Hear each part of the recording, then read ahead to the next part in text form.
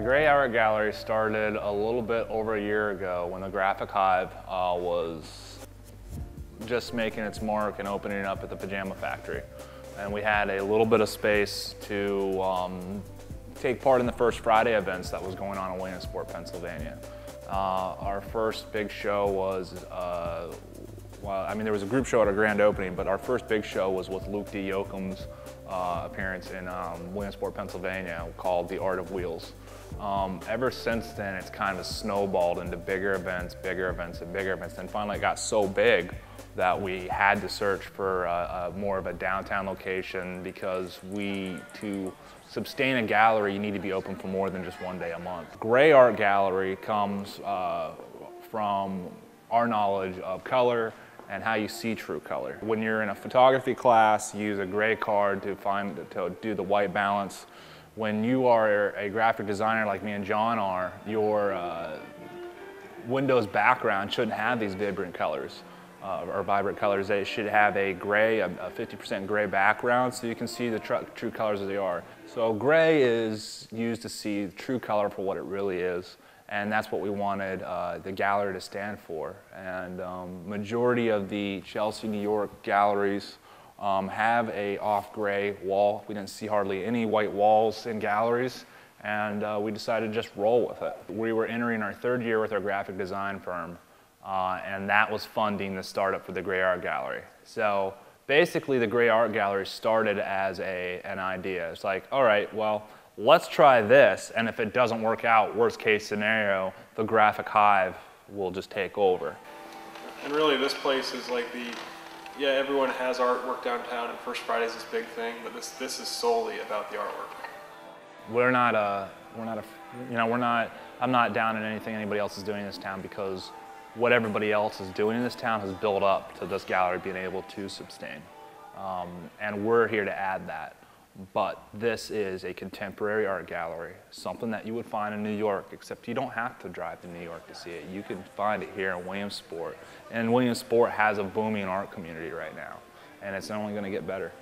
Basically, a lot of things we had to overcome was just the fact that this place was originally a video game store, and it was kind of in sad shape. Like when we first toured it, like the floor was laid perfect. We signed the lease, we came over, and then we walked in and we're like, wow, the floor is buckled. So we had to kind of figure out that.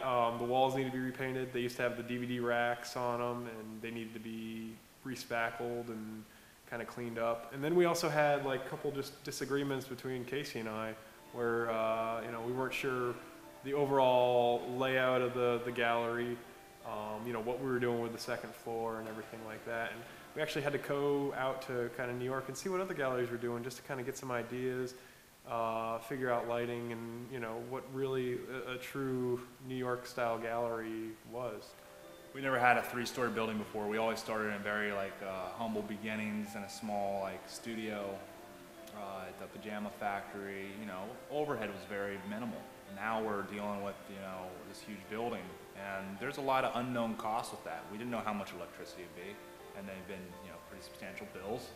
And winter's coming up, and we have no clue what's going to happen this winter. So I mean, even though the shows are doing well, we're not touching any funds because we have no clue what to expect. I see this gallery not only becoming a destination spot for people that are traveling through Williamsport, but our ultimate goal is to become an international, worldwide hotspot for up-and-coming artists, such as the 19 Karen Gallery in Australia, and the Morrison Gallery in LA. I mean, there's all these different galleries that are doing some cutting-edge stuff, looking at some cutting-edge artists, and people really are. I mean, yeah, you have Metro Chelsea, but it's almost like an overload. You have hundreds of galleries. You can never see all of them. Even if you live there, you can never see all of them. Whereas in Williamsport, you have this, smaller, area. It's not as big as New York, but it's kind of a melting pot, and it's at critical mass right now with all the different things going on with WXPI, the Pajama Factory, the Penn College Gallery, Lycoming College Gallery, the smaller, non-contemporary galleries in the area that are mixed with businesses, and then the local art community. And it's basically a recipe for something special.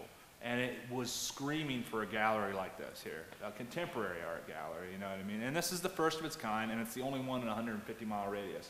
Yeah, and I've always had a personal goal of mine is just trying to make Williamsport known for a little bit more than just Little League. I don't know what that is. I'm hoping it's art, but let's try and keep it that excitement year-round. Everybody's talking about the place. You know, I walk down the street, people, you know, that I've never met before, like wave me, give me the nods, come up and talk to me.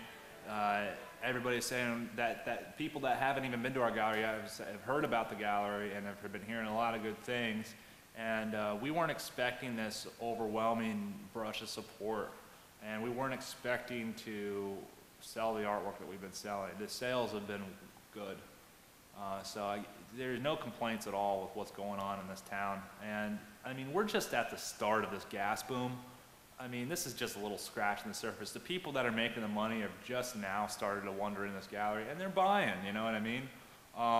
The Williamsport locals are seeing what's going on here, and they're supporting it. They're, you know, some of these people probably should not be buying a $300 piece of art, but they are, because they love it. They've never seen it before. They want it in their house, and they want to support what's going on here. 10 years from now, I foresee much of the improvements that we need to do to the building will be, you know, under our belts.